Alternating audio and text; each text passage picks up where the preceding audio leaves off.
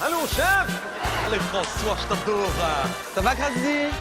Aïe, aïe, aïe. Kevin, je vais m'attaquer sur ta tête. Nathan!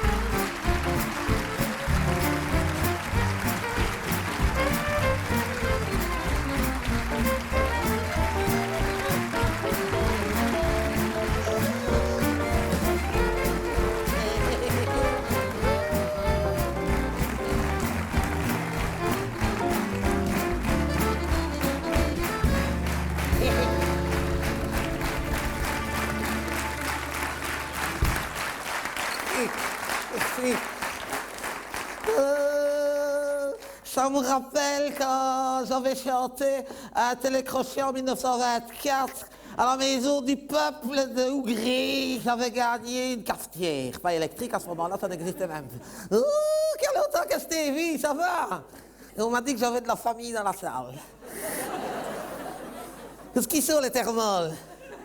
N'ayez pas honte qu'on soit de la même famille, c'est des thermoles. On peut les applaudir, c'est des thermoles, comme moi.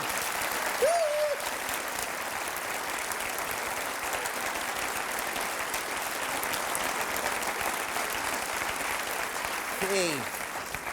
Oh, ça fait plaisir quand même de passer une soirée à parler d'autre chose que de weather. Et oh, me voilà reparti maintenant. Pour une fois que je disais, on va pas en parler, me voilà que j'en reparle. Faut dire que ça m'agace. Oh, ça vaut bien la peine de vivre aussi vieux si c'est pour voir ça, hein. C'est vrai, hein, on a le même âge. Hein? Non, excuse-moi, non, pardon. Oh, et j'avais entendu Magnette. Hein, qu'est-ce que c'est, Magnette, le ministre, là? Oh, Magnette. Ah, maintenant, il voudrait le rattachement à l'Allemagne. Oh. Mon mari sera encore là, il lui a retourné, hein. Et, alors, je pense qu'il a été prisonnier 5 ans, tout ça pour qu'on se rattache 50 ans après, ça va aller, hein. Il faut dire que Magnette, hein. Magnette. Ouh. Il a vraiment un nom à être collé sur le frigo, lui, hein. C'est vrai, hein.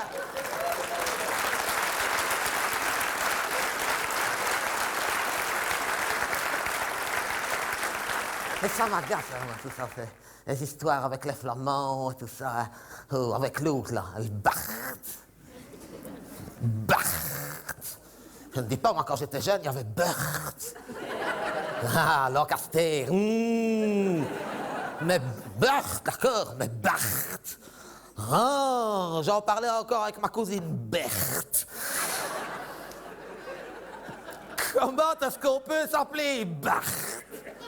C'est pas facile à porter non plus, hein, Bart. Enfin, tu me diras, quand on a le teint jaune et qu'on a des gros yeux, on peut difficilement s'appeler autrement. Allez.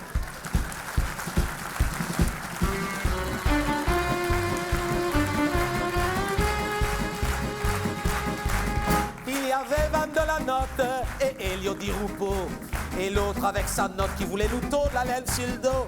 Quand sa photo passait à la télévision, elle semait la terreur dans toutes les régions.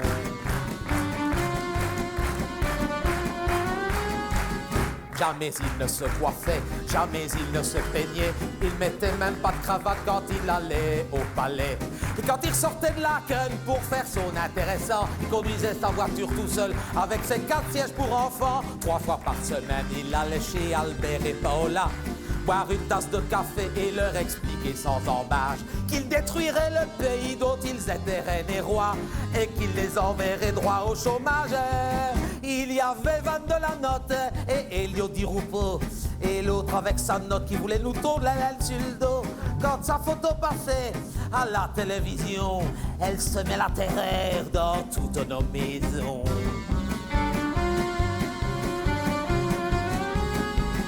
Tout ça parce qu'un jour à la mer, quand il était tout gamin, un petit francophone avait piétiné son château de sable et qui s'était juré, en crachant dans sa main, que sa vengeance serait redoutable.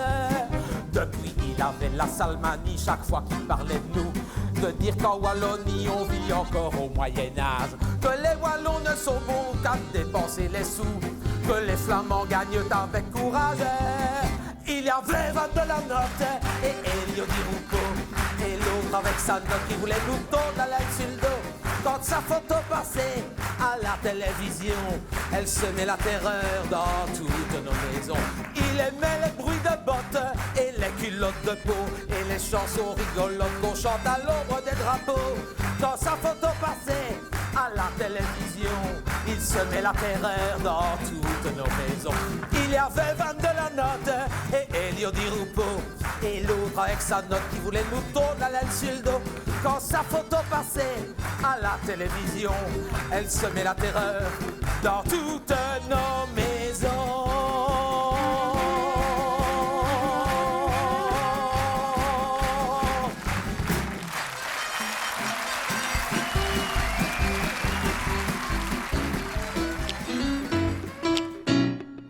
You know, today, I just woke up and I said,